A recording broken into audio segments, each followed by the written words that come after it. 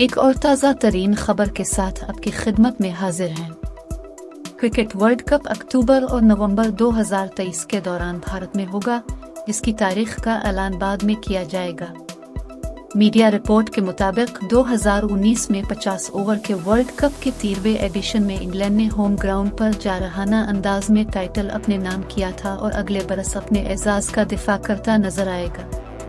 Report में बताया गया कि 7 हफ्तों पर मुहित और 48 मैचों के बावजूद सिर्फ 10 टीमें इसमें हिस्सा ले रही हैं और सुपर लीग मेजबान भारत समेत सरे फहरिस्त 7 ममालिक के साथ साथ जून और जुलाई में जिम्बाब्वे में होने वाले क्वालिफाइंग टूर्नामेंट में से 2 टीमें हिस्सा लेंगी।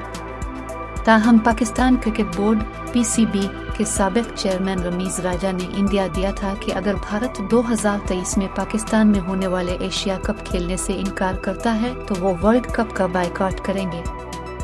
आज की वीडियो में बस इतना ही। मिलते हैं अगली वीडियो में।